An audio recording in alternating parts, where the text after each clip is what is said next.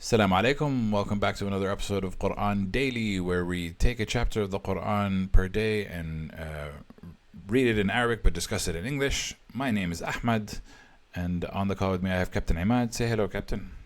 Hi, everybody. And we're diving into this chapter a day because of the holy month of Ramadan. We're trying to release more content and to go through more of a journey of learning about the Quran with you guys as well. Before we begin, we must always explain that we are not Arabic linguists, nor are we Quranic scholars. We have not studied the Arabic language, nor have we studied the Quranic studies. But we are undergoing a journey to learn about the Quran and share our learning with you. So if you have a different perspective or see something that we might not have said correctly, or you think that there's a better way to say it, please feel free to drop a comment. We learn from each other as much as possible, and we'd like to learn from you too. Before we get into the Quran, we must always say أعوذ بالله من الشيطان الرجيم بسم الله الرحمن الرحيم, which means I seek refuge from God, from the devil, and in the name of God, who is most merciful and whose mercy is most encompassing. Over to you, Captain Imad. Okay, we have reached Surah Al-Adiyat. Al-Adiyat كلمة تعني مجموعة تعني الخيل تحديدا يعني. So Al-Adiyat means a set of words, but it primarily means the horses, the panting horses. ليش؟ لأنه أصل الجذر الكلمة تبعها عدا يعدو، وهذا الركض والركض السريع. هذا الشيء اللي بتعمله الخيل أثناء الغارة، أثناء الركض تبعها. So the three-letter origin is essentially that ada, which means to run quickly, and something that races, so something that moves very quickly, and so we know that it means the horses as a result of its elongated form. Al-Adiyat. تمام. هلا بقرا السورة. اوكي. أعوذ بالله من الشيطان الرجيم. بسم الله الرحمن الرحيم. والعاديات ضبحا فالموريات قدحا فالمغيرات صبحا فأثرن به نقعا فوسطن به جمعا إن الإنسان لربه لكنود وإنه على ذلك لشهيد وإنه لحب الخير لشديد أفلا يعلم إذا بعثر ما في القبور وحصل ما في الصدور إن ربهم بهم يومئذ لخبير. Okay. So والعاديات ضبحة اللي هي as we said الخيل اللي تركض ضبحة صوت التنفسها لما بتكون مجهدة وهي بتركض. أيوة panting تلهث. Yeah. والعاديات ضبحة فالموريات قدحة اللي لما بتركض هي بالحوافرها على الصخر بصير في شرر بيطلع منه شرر. قدحت الشرر. So it's striking and creating sparks. Yes, when it runs over the الصخور over the rocks. the rocks over the desert, over it's not the desert, but it's over the rocks, as their hooves are. We assume that it's their hooves because it's saying it produces, and the producer's a spark that is striking with sparks of fire. تمام. فالمغيرات صبحا it's the raiding in the morning. Which launching raids in the morning. Okay. فأثرن به نقعا من ركضهم هم بصير في الغبار والتراب يمل الدنيا بتحس كأنه في عاصفة رملية. So from all their hoofs, and they're running on the ground, a lot of dust is being raised, so it looks like a sandstorm. فوسطنا به جمعا they became in the middle of a group of people. كأنه فاجئوا مجموعة من الناس قاعدين ما كانوش متوقعينهم suddenly لو حالهم بالنص بيناتهم. So Captain Ahmad is saying that it's almost a surprise, but they find themselves in the center of the enemy. But here, all we know is that it is penetrating, like it is. They've gone into the middle of the enemy's lines. They've gone into the middle of them all, the heart of them. تمام. إن الإنسان لربه لكنود. الكنود هو عناية على الكفر. ومش بس كفر مستمر وشديد. So al-kunud means a form of disbelief, and disbelief that's not just average disbelief, pertinent disbelief that's like persistent and staying and kind of like not moving, not removing. بتلاحظ إنه الآية بتقول إن الإنسان لربه لكنود، ولما الله بيستخدم كلمة الإنسان human فهو بيقصد فيها الإنسان اللي هو البشر بمعزل عن عقيدة أو دين. Okay, so here he's saying, please note that they're using the word insan, which means mankind or human, and this means that all humans, regardless of race, regardless of religion, regardless of situation. So he's saying that all humans are ungrateful. Is that what? Specifically, if they are not following their religion, if they are not believers, if they don't believe in any religion, they are just like that. They're always It doesn't. ungrateful. It doesn't say that. It just says humans, mankind. تمام. احنا يا باشا لما بنقول ان الانسان ليش كيف عرفنا انه الانسان مقصود فيه بدون دين؟ How did we How understand did that we know? that human means without religion? Which I didn't understand that, but you tell me how you understand that. كل آيات القرآن اللي بتحكي عن الإنسان بلفظة الإنسان كلها سيئة. Every verse of the Quran that mentions the word insan, mentions humans, it's mentioning it in a negative light. Why? Because he doesn't believe either in God or afterlife or religions or prophets, messengers of God. I don't know. I don't get that from this verse at all, and I don't get that from the other verses as well. I feel like there is a reason why this generalization is made about humans in general, including you and me, because I think we've all gone through moments when we were ungrateful, when we were unappreciative. Fine. So what I was saying is, I don't think that al-insan means that without religion. I understand that it is used in a negative sense in other verses. However, I feel like it also applies to me and you. It also applies to us. Like, I've been ungrateful. I've not been the perfect example of a human being. If I don't commit to prayer and I don't try to be a good person and I don't continuously work against my nature almost, to kind of, because if you just leave yourself to your nature, you can be lazy, you can be greedy, you can be angry, you can be unproductive, you can be hurtful, and you have to actively work on being a good person in order to be a good person. And so I think this also applies to the believers as well. No, it doesn't apply to the believers. إن الإنسان لربه لكنود يعني كافر. الإنسان بدون دين بيكون كافر لربه. You're saying it means you're a disbeliever and it means it without religion, but as far as I can see, the word kanud means ungrateful. وكافر. No, kafir is a different word than kanud. Kafir means disbeliever. Kanud means ungrateful, and this is talking about people. طب ما هو الكفر هو انك تغطي نعم الله عليك وتنكرها. Don't get me wrong. I think that people who are ungrateful are also disbelievers, but I believe that there are believers that are ungrateful. But I can't imagine somebody who believes in God and is ungrateful to God. He would always be thankful to God. No. There's many believers that are like sort of like not. They don't believe wholeheartedly. They kind of sort of believe, but they're not doing the good job. Like, I think ideally, if you believe in God, then you are quite grateful. But I've seen many people that are greedy, that are the fearful, egotistical. Like, there are many ways that you can be ungrateful for God. You know. Okay. Next. وإنه على ذلك لشهيد. إنه ضمير إنه مين على مين عائد مين إنه. And indeed the human. إن الإنسان لربه لكنود وإنه على ذلك لشهيد. Yeah, and indeed the person who is ungrateful is the one who is bearing witness on himself. وإنه لحب الخير لشديد. And indeed he loves the wealth that is surely intense. Loves the worldly gains. فلا يعلم إذا بعثر ما في القبور. But does he not know?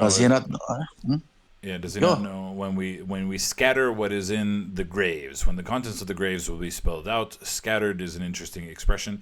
It's kind of like brought forth is the visual that I get from it. So when we come back and we rise from the graves. Yeah. وحصل ما في الصدور. And it's made apparent what is in the breasts. Well, the secrets of our hearts will be like whatever's inside our hearts will come out and will be made apparent. تمام. إن ربهم بهم يومئذ لخبير. Indeed, their Lord about them on that day is surely all aware. So this is again another verse, another example of talking about the day of judgment, right? Is that what Yes, yes, the first yes. couple of verses are talking about? The racers that are panting, the producers of sparks striking their feet with their sparks, charging at dawn. Because like it describes a battle to me the way that I see it, like horses going, striking at dawn, going to the heart of the enemy. And like that, the first half of the verse is very different than the second half for me. أنت شايف إنه ما في ترابط بين بداية الآية والسورة ونهايتها. He's asking me if I don't see a connection between the first half and the second half, and I'm saying, yeah, I'm trying to understand what is that connection. The connection is that human beings spend their lives, most of their lives, doing nothing that can benefit them in the afterlife. Okay. Like going on raids, fighting to gain wealth and power, and I don't know what. And then he doesn't even think about his Lord, his God, or doing good deeds or helping others. وإنه لحب الخير لشديد. أفلا يعلم. The human being are oblivious. Most of them. Well, some of them are totally oblivious of afterlife. They don't care about it. They only care about this life they're living. Yeah, but the way that it ends was that, does he not know about that what will be scattered in the graves, the day of judgment, and it has been made apparent what's in the breast, and God knows everything, and Lord, God is all aware of them on that day. Like it feels like three different sections. One is the first 5 verses, which talks about these horses that are running, and this produces a spark, and the charges are done, and they rise by the raising dust, and then they penetrate the center. Then it talks about humans that are ungrateful, and that they bear witness over themselves, and that they love the wealth that they have amassed. And then it ends with, don't they know that that's when the graves will be scattered, and it has been made apparent what's in the breast, that their God knows, is all aware of what they're doing. This is a good observation. Let me look it up. If I find an answer, I will pass it to you. Okay, fair. Thanks. Do you have anything else to say about this verse? Not really. I think it's self-explanatory. Yeah, sure. I think all 3 different sections of the verses make sense in some sense. I still don't understand the horses part, but the last 2 sections at least make a lot of sense to me, and maybe we'll revisit this at a later date.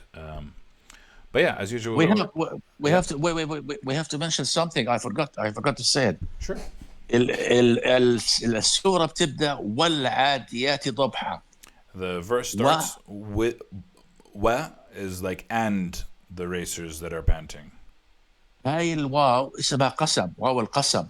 This is the wow that is it's like an oath. It's like yes. والعاديات ضبحا، يعني كان الله يقسم بالعاديات بالخير العاديات ضبحا، فالموريات قدحا، فالمغيرات صبحا، فأثر به نقعا، فوسط به جمعا، إن الإنسان لربه لكنود. هذا جواب القسم. Okay, والعاديات قسم. So he's saying that this is the oath. It's like by the racers that are panting, and the producers of sparks, by all of these things that we're mentioning, that I'm swearing by all of these things that indeed mankind to his Lord is surely ungrateful. Oh, here's another thing about surely ungrateful. How often do you give thanks to God? Personally? Yeah. That's a very, very personal question, Ahmed. But I mean, like the answer that I want, the second question that I want to conclude is, I also I pray and I do things, but is that enough thanks to God? Is there ever a limit to how much thanks that you should give? Like, are we giving as much thanks as we could be giving, or could we be given more? And I think that's kind of the answer. And then if you look at it from that lens, then we are all ungrateful. La. It's all about quality, not quantity. It's both. If you do it of all your heart, ولا تستصغر عمل صالح صغير. كلمة حلوة طيبة بتحكيها الإنسان بتطلعه من مزاج سيء، هاي حسنة. Yeah, he's saying don't underestimate the power of a good deed, no matter how small. Even a small good deed, like such as a compliment to the right person, can make their day. I'm with you. The point of view that I'm giving is, can you give more thanks? And if you can give more thanks, then surely you're not grateful as much as you could be, for example. And that was my perspective on it. طيب اوكي، خلينا احكي لك شغله طالما you brought up this point. في فرق عندنا باللغه العربيه بين الحمد والشكر. There's a difference in the Arabic language between hamd and shukr, which are variations of the word of giving thanks, and giving. What is the difference? gratitude. يعني هلا انا بعمل معك شيء كويس، فانت بتقول لي شكرا. So it's the difference between gratitude and giving thanks. And like he's giving the example of if he does something nice for me, and I say thanks. Now انا بالنسبه لي امتى بحمد الله؟ لفظا. And for me, how do I thank God? Through my words. So when I'm about to eat, I say, thank you, God. بسم الله الرحمن الرحيم، الحمد لله رب العالمين، يا ربي أشكرك على نعمك، ربنا ولك الحمد. دائما بحمد الله، هذا لفظا، هذا كلام. Yeah. So you can do it through all these words that you say, that's ways to give thanks. You definitely mean it. You are thanking God. Sure. You are grateful to God. Sure. Okay. Now الشكر شيء ثاني. And مع انه تنتين الكلمتين حمد والشكر قراب من بعض. So hamd is the words that we give, but shukr means something different, even though as far as I understand it means the same. What is the difference in shukr? It's people mistake them, those two. They think they are the same thing. الحمد والشكر is the same thing. They are not. الحمد بالكلام باللفظ بالشكر القلبي ربنا ولك الحمد. الشكر أفعال. So hamd is using words, shukr is by actions. By deeds. God gave you money. God gave you salary. How going to go thank God about this giving you that money? You give charity, you help people, you the poor and the needy and all that. هذا الشكر، تشكر الله على نعمه. بالعمل. This is giving thanks by doing things for God, doing deeds.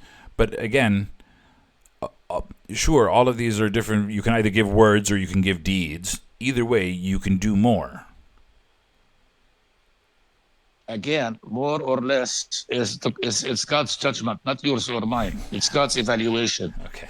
Anyway, so back to the verse. The way that you explained it was pretty clear. He's swearing by the racers, by the producers of Spark, by the chargers at dawn, and the dust that they remove, and the penetration of the heart of the enemy lions. I think he's swearing by something like you can feel the energy within those verses. It's kind of like swearing by that moment when the tide of battle changes, when everything happens, and he's swearing by all those moments to say that humankind is ungrateful, and that they bear witness over this, and that they love wealth,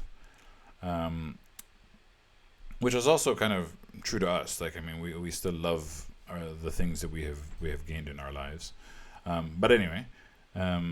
It ends with, don't they know that when the graves are revealed and their chests are revealed, that God knows what they're doing. Interesting verse. It's interesting. I don't fully understand the whole chapter, but I think, yeah, it's interesting. Come on. Cool. Well, as usual, give us your thoughts in the comments below if you have a different perspective, or if it seems a bit more clear to you. We'd love to hear from you. But as usual, we always end with Sadaq Allahu al-Ali al-Azim. And that's it. Thanks for watching. Bye-bye. Bye.